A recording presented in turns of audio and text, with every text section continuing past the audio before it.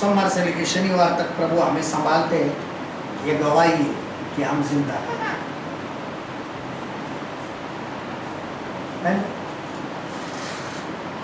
आप बैठे हुए लोग हैं, आप सोचो पूरे 1.5-2 साल में जो हो रहा है दुनिया में, उसके अंदर में हमें बहुत सुरक्षित रखा।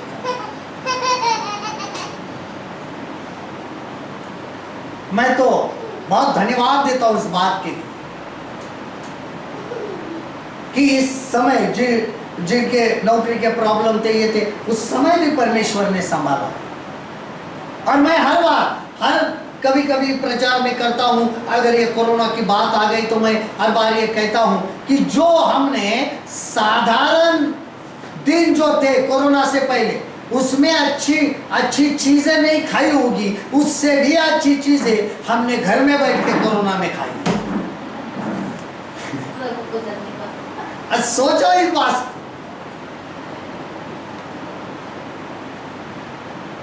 और इससे अधिक परमेश्वर की गवाही देने के लिए हमारे पास और कोई मौका है ही नहीं कि हम ये गवाही दे, हर दिन दे, हर वक्त दे।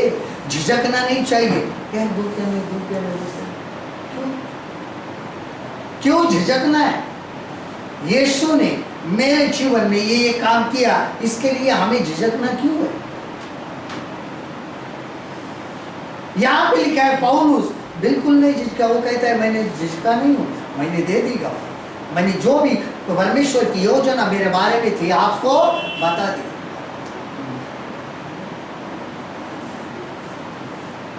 एक पौलुस जो पूरी कलीसिया का सताव करने वाला व्यक्ति है,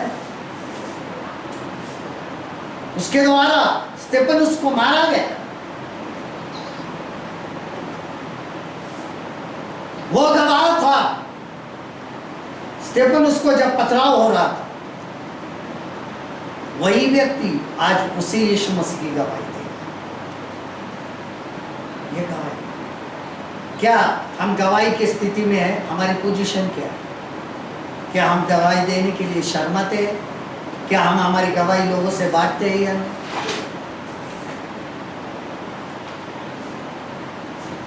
ट्रैक्स बांटना, पर्चियां बांटना अच्छी बात है, लेकिन जो बातों से होते हैं वो पर्ची से काम नहीं होता है। भले एक क्यों ना हो, एक आत्मा, वो हमारे लिए बहुत शुभ है। पर्चियां बांटना बुरी बात नहीं, लेकिन कभी कभी लोग पढ़ते नहीं, फेंक देते। एक ने भी पढ़ लिया, परिवर्तन हो गया तो बात अच्छी, लेकिन जो हम हमारे जीवन की गवाही को बांटकर अनुभव को देते हैं, उसके द्वारा और प्रभाव हो जाता है, वो इफेक्टिव होता है कि हम क्यों मसीह है। पौलुस एक यहूदी बिन्यामीनी गोत्र का, शास्त्रियों का शास्त्री, फरीसियों का फरीसी था, फिर भी वो कहता है कि मैं व्यवस्था के अनुसार मैं पवित्र हूं, लेकिन फिर भी मैं पापियों का सरदार हूं। कितनी बड़ी बात। और वो गवाही यीशु मसीह के लहू से मुझे उद्धार मिला। ये गवाही बहुत बड़ी थी, वो कभी झिझका नहीं। उसके बाद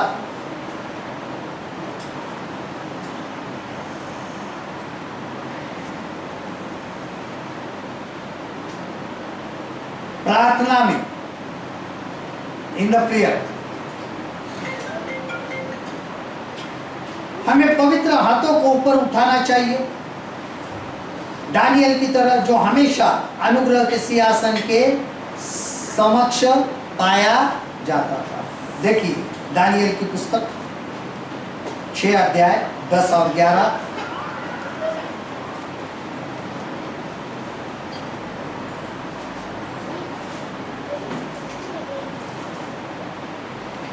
Daniel chapter 6 verse 10 and 11. As to prayer, we should be lifting up holy hands like Daniel, who was ever found at the throne of grace. 6 का 10 और 11 पद हम देखते हैं। दानियल 6 अध्याय 10 और 11। दानियल की किताब 6 बाब का 10 और 11 का। जब दानियल को मालूम हुआ कि उस पर पत्र पर हस्ताक्षर किया गया है, तब वह अपने घर में गया, जिसकी उपरोक्त कोठरी की खिड़कियां यरूशलेम की ओर खुली रहती थी, और अपनी रीति के अनुसार जैसा वह दिन में 3 बार अपने परमेश्वर के सामने घुटने टेककर प्रार्थना और धन्यवाद करता रहा, वैसा ही तब भी करता रहा। तब उन पुरुषों ने उतावली से आकर दानियल को अपने परमेश्वर के सामने विनती करते और गिड़गिड़ाते हुए पाया। अभी यहाँ पे जो बहुत ज़रूरी बात है, उर्दू में पढ़ते हैं दानियल की किताब 6 बाब का 10 और 11 कलाम। जब दानियल ने मालूम किया कि उस नविश्ते पर दस्तखत हो गए, तो अपने घर में आया और उसकी कोठरी पर दरीचा यरूशलेम की तरफ खुला था, जो वो दिन में 3 मरतबा हस्ब ये मालूम घुटने टेक कर खुदा के हुजूर दुआ और उसकी शुक्रगुजारी करता रहा। तब ये लोग जमा हुए और देखा कि दानियल अपने खुदा के हुजूर दुआ और इल्तिमास कर रहा है। कौन से परिस्थिति में? दानियल की तरह विरोधी है। आपको जब प्रार्थना बंद करने को कहा है, तब आप प्रार्थना कर रहे हैं घर में। जब आपका प्रार्थना करने के विरोधी है, तब क्या प्रार्थना करने में है? तुम कहाँ हो? जब आपके घर के लोग कहते हैं कि तुम्हें प्रार्थना नहीं करनी, बाइबल नहीं पढ़नी, फिर भी आप वही काम कर रहे हो। सबसे महत्वपूर्ण बात है। और दूसरी बात, हाथ उठा पवित्र। तीमुथियुस में कहा है कि पवित्र लोग क्या करें? प्रार्थना में हाथ उठाए। हाथ उठाने का मतलब होता है सबको दर्शन, मैं दुआ कर रहा हूँ, मैं प्रार्थना कर रहा हूँ। घुटनों के बल जाकर हाथ उठा। एक बार घुटने ना टिके चलेगा, लेकिन हाथ उठाना जरूरी है।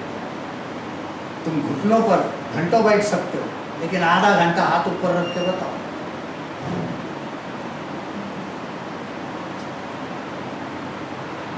यह परमेश्वर को समर्पित होने का चिन्ह है। कितने घंटों तक आप हाथ ऊपर रखें? हम ज्यादा से ज्यादा 5-10 मिनट होते हैं, बाद में यूं होता है, बाद में यूं होता है, बाद में यूं होता है।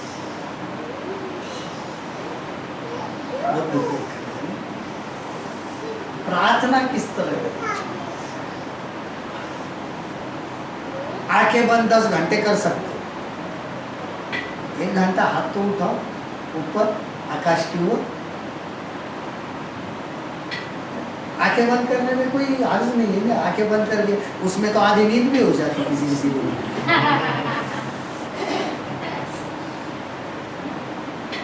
लोगों को लगता है आंखें बंद के सुन, कहीं और पहुंच गए। हाथ उठाओ। हाथ उठाने के बाद जब घंटों हो जाते हैं ना, तब नींद भी उड़ जाती है। जब ये दुखने लगता है ना, तो नींद नहीं आती।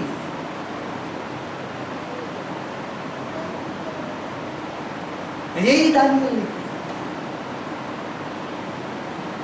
दानियल की तरह हम कौन से पोजीशन प्रार्थना की? वो दिन में कितनी बार? क्या वो काम धंधा नहीं था उसको? वो प्रधानमंत्री था इराक का, बाबिलोन का। कौन था? प्रधानमंत्री। फिर भी 3 वक्त की प्रार्थना के लिए वक्त निकालता था। सोचो, वो भी विरोधक इनके फरमान के ऊपर स्वाक्षरी करने के बाद, दस्तखत करने के बाद, कि जो भी नबूकदनेस्सर की हुई मूर्ति को सजदा नहीं करेगा और वो दूसरे देवताओं को आराधना करेगा, तो उसको मार डाला। उस वक्त और खिड़की जो थी उसको खुली की यरूशलेम की तरफ। दबे आवाज में भी दुआ नहीं की होगी, क्योंकि यहाँ पर लिखा है सब लोग देख रहे हैं, इसलिए दुआ की। अपने रोज के नियम की तरह 3 वक्त, दानियल 3 वक्त, दाऊद हम सिद्ध गाते हैं, दाऊद की तरह नाचूंगा मैं। प्रार्थना कौन करेगा? गाऊंगा मैं, प्रार्थना कौन करेगा? दानियल की तरह उपवास करूंगा। प्रार्थना कौन करेगा? बाकी सब कर रहे, प्रार्थना नहीं कर रहे उनके जैसे। दाऊद की तरह नाचूंगा मैं, दाऊद की तरह आराधना करूंगा मैं, गाऊंगा मैं। प्रार्थना, दाऊद प्रार्थना भी करता था। तुम्हारी पोजीशन क्या है दाऊद के सामने, दाऊद के हिस्से में? परमेश्वर आपको वही पूछ रहा है, तू कहाँ है भाई? दाऊद दाऊद बहुत करता है, तू कहाँ है? फिर ये भी कहने को अच्छा लगता था, प्रभु यीशु मसीह ने कहा है कि मैंने जो कार्य किया उससे भी बढ़कर तुम चमत्कार करोगे। वो पूरी रात पहाड़ पे जाके प्रार्थना करता था, तुम क्या कर रहे हो?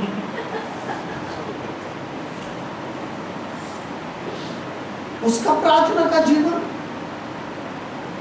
वहां पे अगर बार बार अगर देखोगे, इब्रानियों की पत्री में लिखा है कि वो अपने मनुष्य की अवस्था में उसने आंसू बहा बहा कर दुआ की। आंसू तो छोड़ो, प्रार्थना तो ढंग से करो। प्रार्थना कितनी देर करते हो? यीशु ने कहा है तुम बढ़कर काम करोगे, मैं भी करूंगा। अरे तब करेगा जब प्रार्थना करेगा ना भाई। करते कब हो प्रार्थना?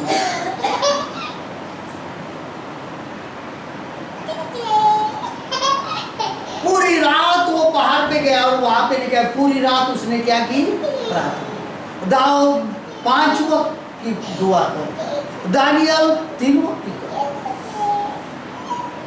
हम सिर्फ प्रचार मनुष्य का करते। दाऊद कैसा था इसके लिए परमेश्वर पूछ रहा, फिर तू कहाँ है भाई? दाऊद का प्रचार करने से पहले तू भी दाऊद की तरह जब कहता है नाचूंगा मैं, गाऊंगा मैं, फिर परमेश्वर पूछ रहा है तू प्रार्थना दाऊद की तरह कब करेगा? तू कहाँ है? नाचने गाने में ही स्थिर है। प्रार्थना। उसके बाद पवित्रता में, पवित्रता हमें पूरे मन से लेवी की तरह होना चाहिए जो यहोवा का भय मानता था और किसी से भय नहीं खाता था। As to consecration, we should be wholehearted like a Levi who feared not to fear God and therefore fear no one else. Malachi की किताब इसका 2 अध्याय, Malachi chapter 2 and verse 3 to 6। Malachi की पुस्तक 2 अध्याय 3 से 6 पर, मलाकी 2 बाब का 3 से 6 कलाम हम देखते हैं।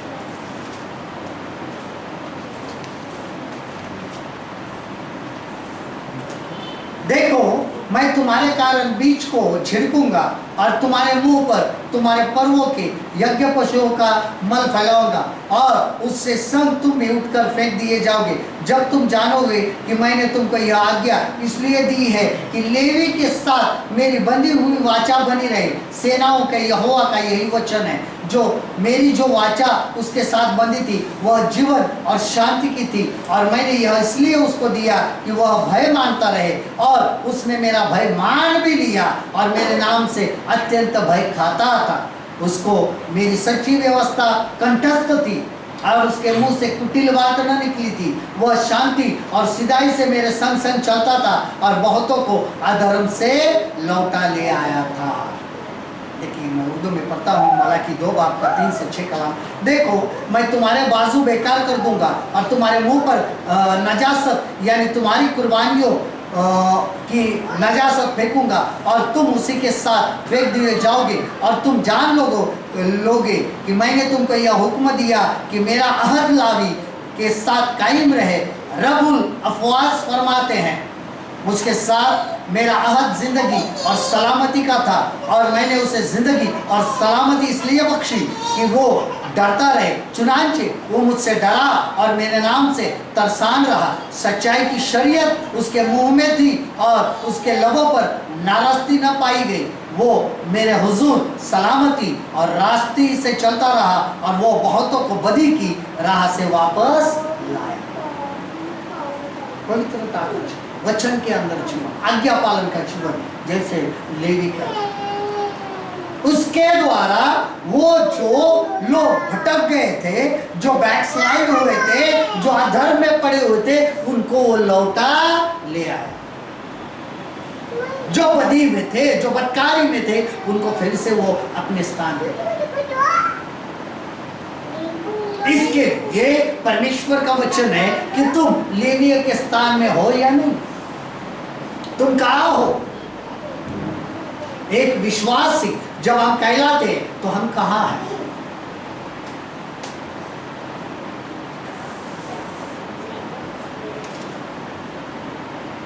हमारा स्थान कहाँ?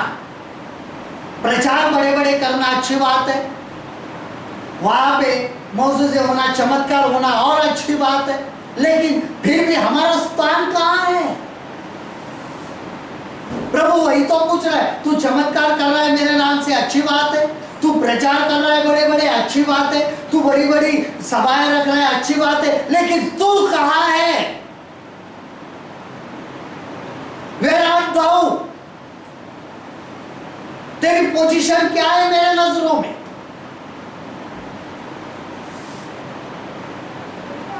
क्या ये जो बातें हैं, ये जो लोग थे, क्या उस तरह आप हो? क्या भरोसे के पेड़ के पीछे छिप गए हो? किस पे भरोसा?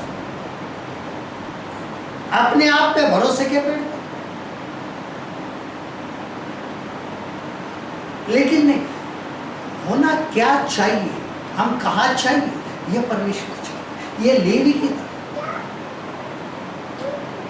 और आखिरी है जो हम देखते हैं, सामर्थ्य में हमें स्तेफनुस की तरह आत्मा की सामर्थ्य के द्वारा प्रभाव में होना चाहिए, तब हमारे चेहरे चमकते हुए होंगे, प्रज्वलित गवाही और भय रहित साहस से जो दृढ़ धारणा के अंतर्भूत है। देखिए, सैंटिफिकेशन,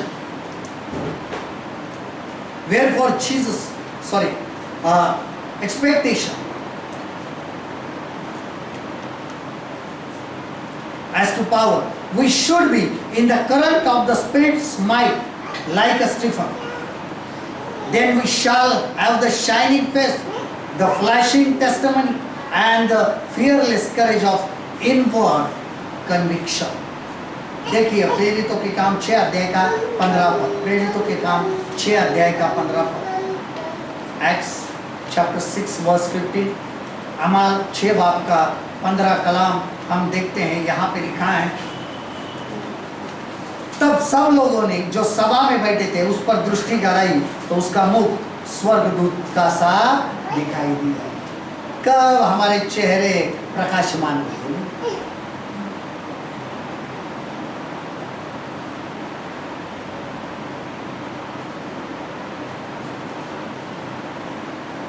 ये जब उर्दू में पढ़ता हूँ मैं, अमाल 6 बाब का 15 कलम, और उन सब ने जो अदालत में बैठे थे उस पर गौर से नजर की तो देखा उसका चेहरा फरिश्ते का सा चमकने वाला।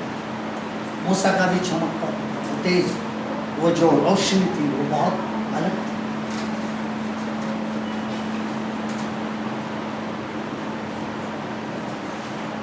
बहुत बार टीवी पे जब हो जाता है कि यूट्यूब पे आ जाता है, कुछ लोगों ने कहा ये कहाँ है भाई, जब पहले प्रभु कहा है कि आकाश और पृथ्वी बनाई, दिन हुआ रात हुई। बहुत सारे सोचने वाले जो विरोधी कहते जब सूरज ही नहीं था तो दिन और रात कहाँ से?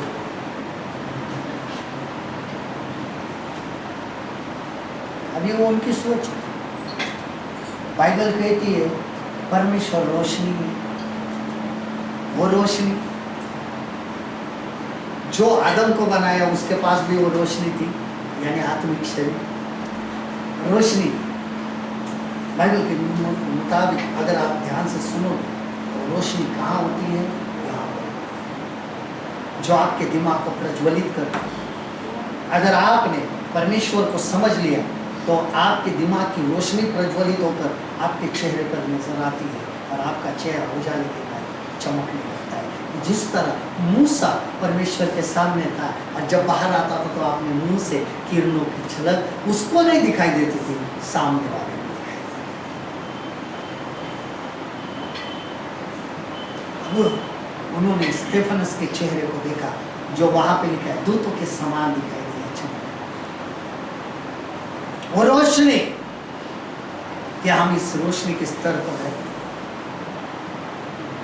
परमेश्वर के महान दास चार्ल्स फिनी जब भी रास्ते से चलते थे तो लोगों को उनके माथे के ऊपर एक आग दिखाई देती थी और जैसे उनको देखते थे लोग अपने आप रोने लगते थे, उनका चेहरा प्रज्वलित होता था और वो लोग पश्चाताप करने लगते थे क्योंकि उनके चेहरे में वो दिव्यता नजर आती थी, वो रोशनी नजर आती थी, वो नूर नजर आता था। तो उनको लगता था कि परमेश्वर का उजाला हम पर आया है और हम पापी है, और वो लोग पश्चाताप करना शुरू कर देते।